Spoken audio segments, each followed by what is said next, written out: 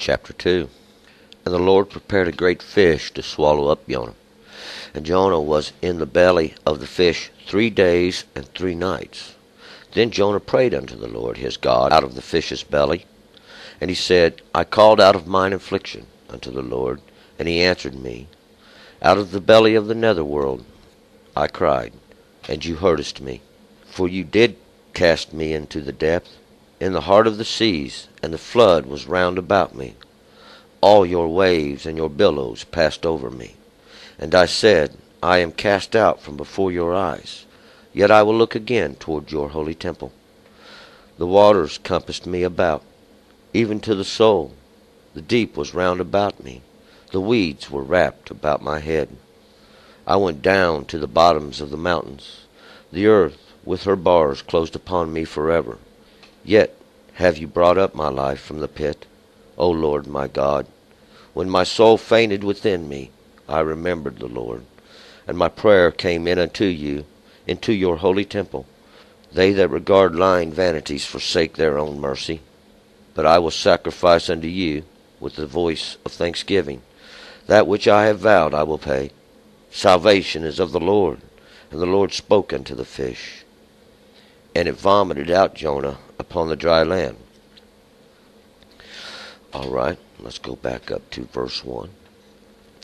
Now we'll remember yesterday the Jonah, the dove, the one that was sent from the ark to go look now to see if the waters had receded. Jonah was found out yesterday by the men on the boat, and they have cast Jonah now into the sea, and the sea had calmed instantly.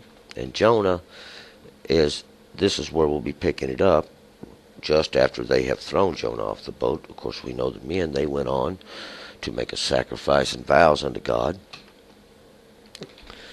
Verse 1. And the Lord prepared a great fish to swallow up Jonah, and Jonah was in the belly of the fish 3 days and 3 nights. So when Jonah was cast into the sea, and this sea is in representation of the multitudes now, it represents the peoples of all the earth, we'll find that God did prepare a great fish, and it did swallow up Jonah.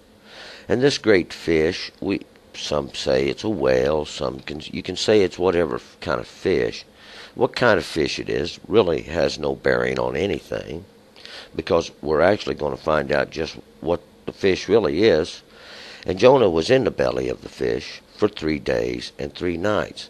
Now, and these 3 days are in representation to these 3 circles that have going to go around, and this represents this complete understanding even of the lesser circles, and these 3 nights, even this complete period of darkness.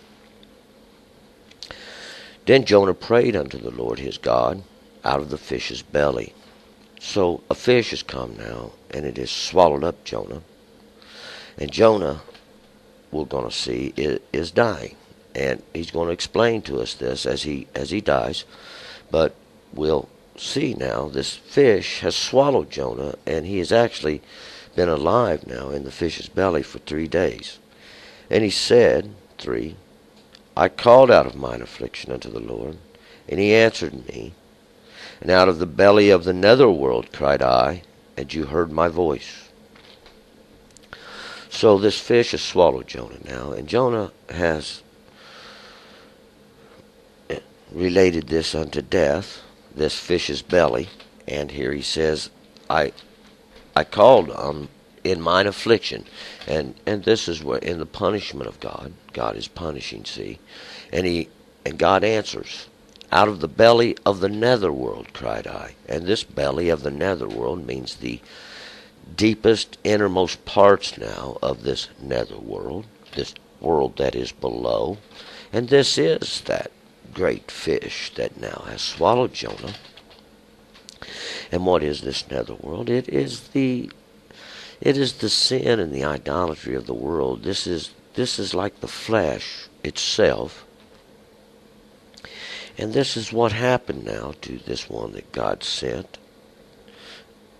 is he has been swallowed up now in life into this netherworld, this fleshful existence. For you did cast me into the depth, into the heart of the seas, and the flood was round about me, and all your waves and your billows passed over me. So Jonah now is praying to God, and he knows that it's God that's cast him down into the seas, and these seas is going to, it's symbolism. It is a similitude now of when God told Israel, he says, I am going to scatter you out into all the earth, all the nations. And this is that. Now the servant, this one who was sent forth, the dove, he was sent as the messenger, the dove, to go and bring back the law, has been scattered into all the ocean, all the nations of the earth, and it becomes this. God is comparing it to as Jonah being into the ocean. All the waves, these waves are the sea, covering how the sea is in a turmoil. The sea is in waves, and these waves are non-understanding because the sea is a turmoil. And your billows are simply these truths of God that are coming over Jonah, and these represent the actual curses, the what happens to you when you do not obey the law of God. 5. And I said, I am cast out from before your eyes. Yet will I look again to your holy temple. So Jonah realizes now that he has done wrong, that he has sinned.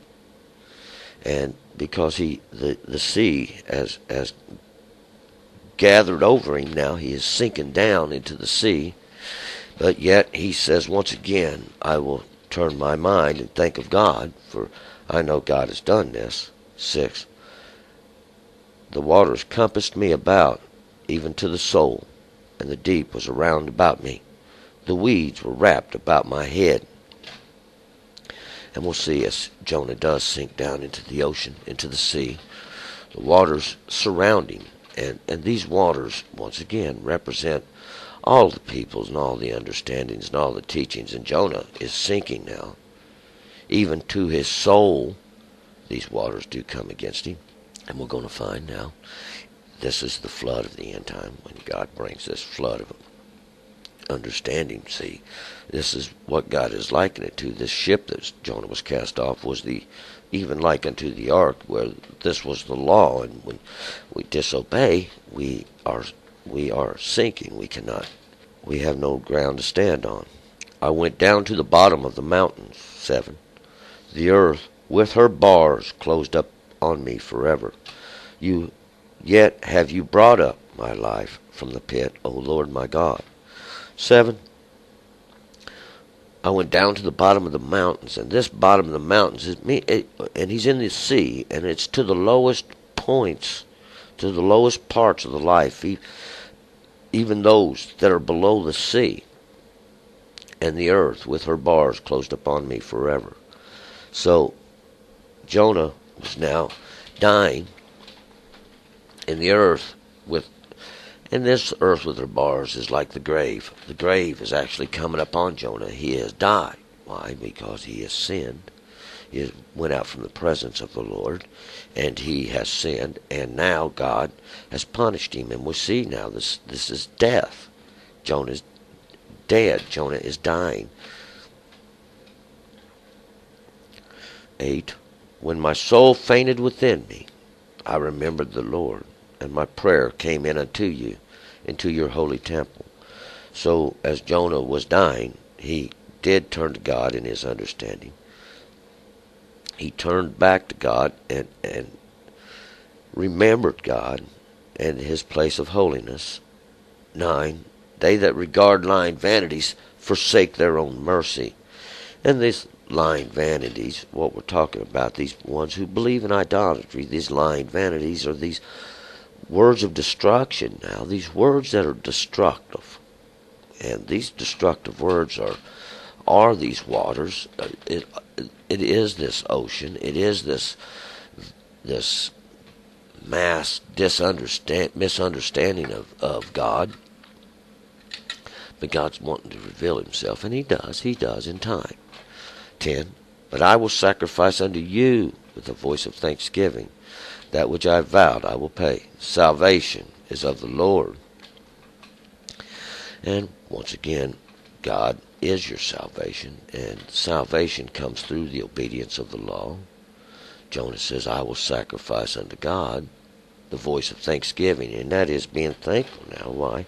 Because we're going to see God, even in the grave, can redeem. And what are we talking about? How can God redeem from the grave? We're talking about sin now. Sin, see, in this world we can find life, and that is to not sin, that is to not go against the law of God, to be obedient to the law of God. And this is the way unto life. Or we can turn from the law of God, and this is what God will do. See, God sends the whole world in on you, and you have no understanding. God takes it away from you. He rips it up. He brings you into this fleshful understanding, the ways of this world. And this is the nether world. This is the world below. Why? They don't obey the law of God here. No one obeys the law of God. And for this purpose is the Word of God here. It is the light. It is those that set the example now become the light here in this darkness. 11. And the Lord spoke unto the fish, and it vomited out Jonah upon the dry land. So Jonah, just as Jonah was dying, just as Jonah had reached the end, see, God speaks to the fish. He speaks to this existence, and it vomits Jonah out, or it spits Jonah out upon the dry land. And this dry land is simply onto the earth, onto this ground where Jonah can now stand, get a foothold. And we'll see the whole point. Remember, God had sent Jonah to Nineveh, and we'll see Jonah's going to Nineveh, just like God told him to do, because Jonah realizes that he has erred in his mistakes, and now he is going to do what God told him. And we're going to see what happens to Jonah in chapter 3.